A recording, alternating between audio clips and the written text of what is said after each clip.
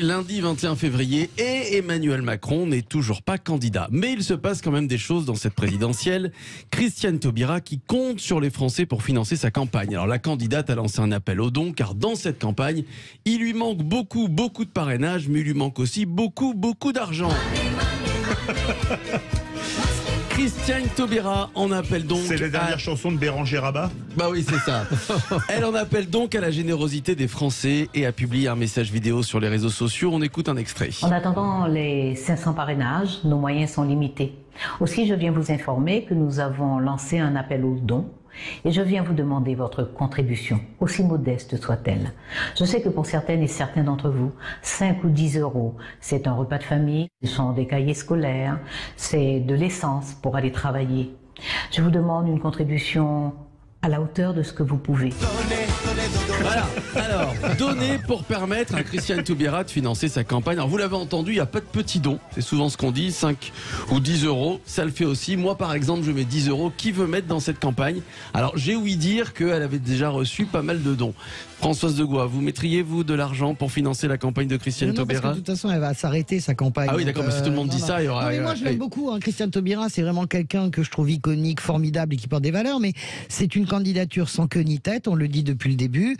Et voilà, tout le démontre jour après jour. Elle n'a pas de parrainage, elle n'a pas assez d'argent. Il faut vraiment qu'on arrête le cinéma parce que je pense que ça abîme la gauche et qu'en plus ça, elle fixe des électeurs qui ont peut-être envie d'aller ailleurs. Voilà, ouais. Depuis qu'elle est rentrée, Anne Hidalgo n'arrive pas à dépasser 2%. C'est vraiment pénible en fait. Yannick Jadot est à 4,5%. Donc cette candidature ne rime à rien. Gauche, ouais. Donc il faut s'arrêter. Tiens Jean, vous mettriez un petit peu d'argent? Écoutez, on vient de parler de la Russie là. Ouais. Je ne mettrai pas un copec sur la candidature de Madame Taubira. Moi je fais ça pour des associations d'intérêt public, mais pas pour des candidats. Bon, très bien. Bon, je vous pose pas la question Philippe David, parce que si personne ne met rien... Pas une rouble. Bon, bah voilà, très bien. Ok. C'est incroyable. Alors, on poursuit et on reste à gauche. Vous connaissez l'expression jamais 203. Ah oui. Eh bien, Anne Hidalgo vient de changer pour la 3e fois d'affiche de campagne. En fait, elle change d'affiche et de slogan. Comment bien faire pour remonter dans les sondages? Eh ben, c'est bien connu. On change de slogan. C'est ça qui n'allait pas dans sa campagne. Après le courage, la justice. Après le slogan réunir la France. Rechangement de slogan. Cette fois, c'est ensemble, changeons d'avenir.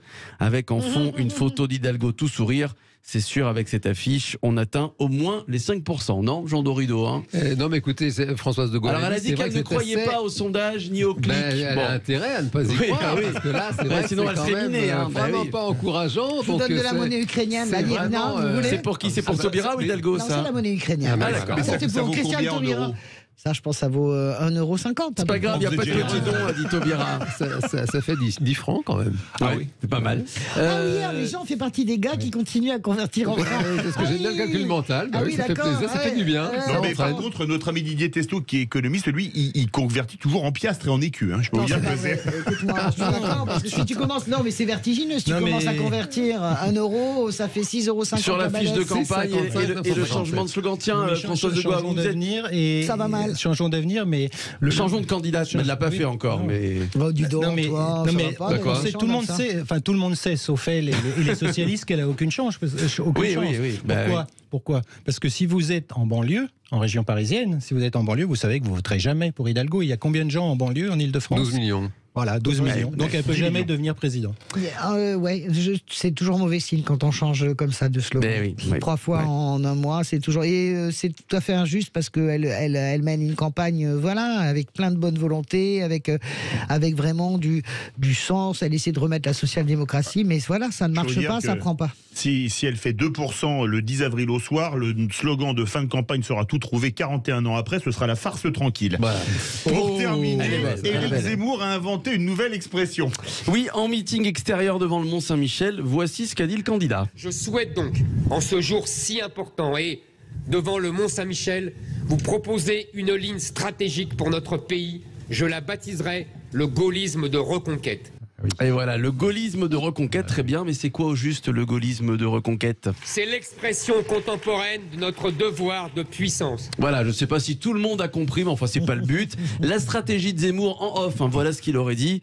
À coup sûr, Valérie Pécresse va s'effondrer. Maintenant, je vais m'adresser à l'électorat LR. Zemmour qui espère un second tour face à Macron, alors qu'il ne parle pas du tout, mais pas du tout de Marine Le Pen. Hein. Il l'ignore complètement. Tu sais pourquoi? Son faux MEDEF aujourd'hui, il a été obligé de lui serrer la main. Non, mais c'est normal, c'est bien qu'il l'ignore. Oui, non, je suis d'accord. Oui. Non, mais parce que 100% des électeurs de Zemmour se reportent sur Marine Le Pen, c'est pas 99, c'est 100% au second tour. Si. Ah, oui. Et dans l'autre sens également. Donc ils ont compris que c'était quand même mortel de s'attaquer entre eux. Il va dans ce qu'il croit être son coffre-fort. Mais je constate dans le rolling, comme toujours, que Valérie Pécresse résiste. Elle est à 15, mais elle bouge pas. Elle bouge pas, mais il n'arrive pas à la dépecer. Comme au musée Grévin, en fait. C'est pas au musée Grévin, ça bouge pas. C'est très bon. Mais ça bouge pas non plus pour Zemmour et pas tant que ça pour Le Pen. Non, mais quand on peut pas parler de gaullisme de reconquête quand on est admirateur de Pétain. Ça s'appelle de l'escroquerie intellectuelle. Ça marche pas. Ah, joli. Il parle pas beaucoup, mais il le dit. Non, mais il parle pas beaucoup parce que vous lui coupez beaucoup la parole aussi.